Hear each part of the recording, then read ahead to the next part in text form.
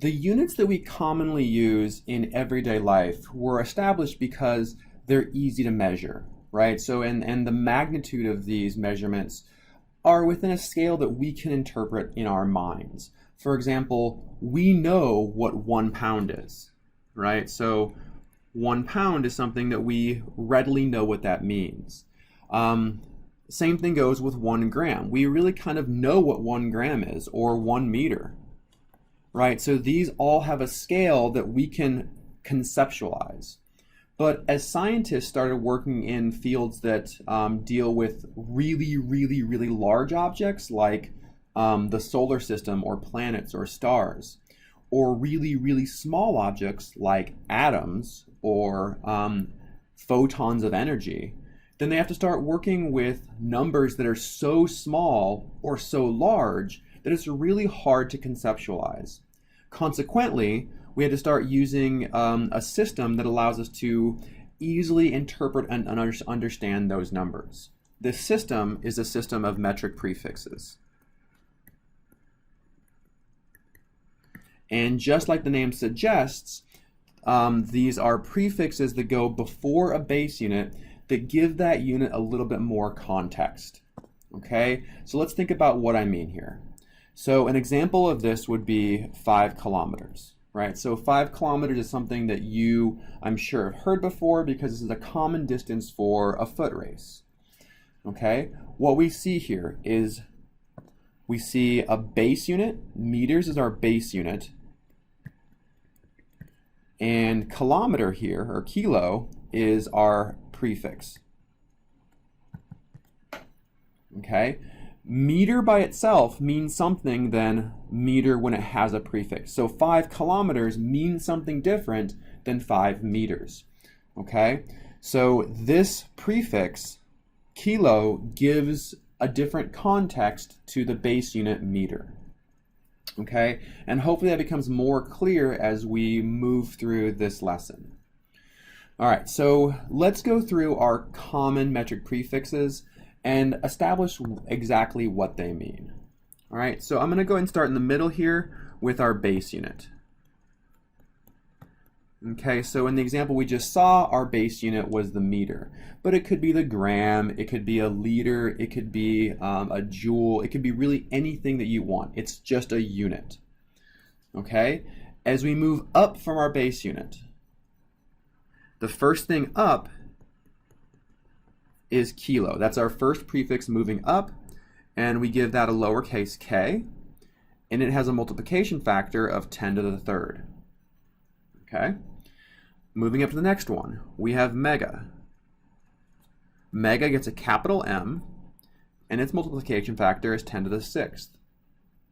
Moving up one more, we have giga. The symbol is capital G, it's 10 to the ninth. And finally, tera, capital T, is 10 to the 12th. Okay, so these are all the common metric prefixes that are larger than the base unit. All right, so things to notice here is that each of these increase by a factor of 10 to the third, or a factor of 1,000, right? So going from the base unit, which technically is 10 to the 0th. Okay, plus 3 in the exponent, right? Plus 3 in our exponent here, plus 3 in our exponent here, plus 3 in our exponent here. So these are all factors of 1,000. Okay, so each of our prefixes are increasing by 1,000. All right, let's move down into smaller prefixes. We start with milli. Milli has a lowercase m, and it's 10 to the minus third. We then go to micro, which has the weird prefix unit, the weird symbol, which is Greek mu. So Greek m, this is a mu, it kind of looks like a u, but it's a mu. This is 10 to the minus sixth. Moving down one more, we have nano, lowercase n, 10 to the minus ninth. And finally pico, lowercase p, 10 to the minus 12th. And again, note that each of these differ by a factor of 10 to the third. So we're moving down by 10 to the third, or down by 1,000, down by 1,000, down by 1,000, right? So noticing that should help you remember what the multiplication factors are for each of these metric prefixes. And these multiplication factors are going to become really important because they'll allow us to convert from one unit to another. All right, so one suggestion to try to help you remember order. So moving down, okay, into smaller units.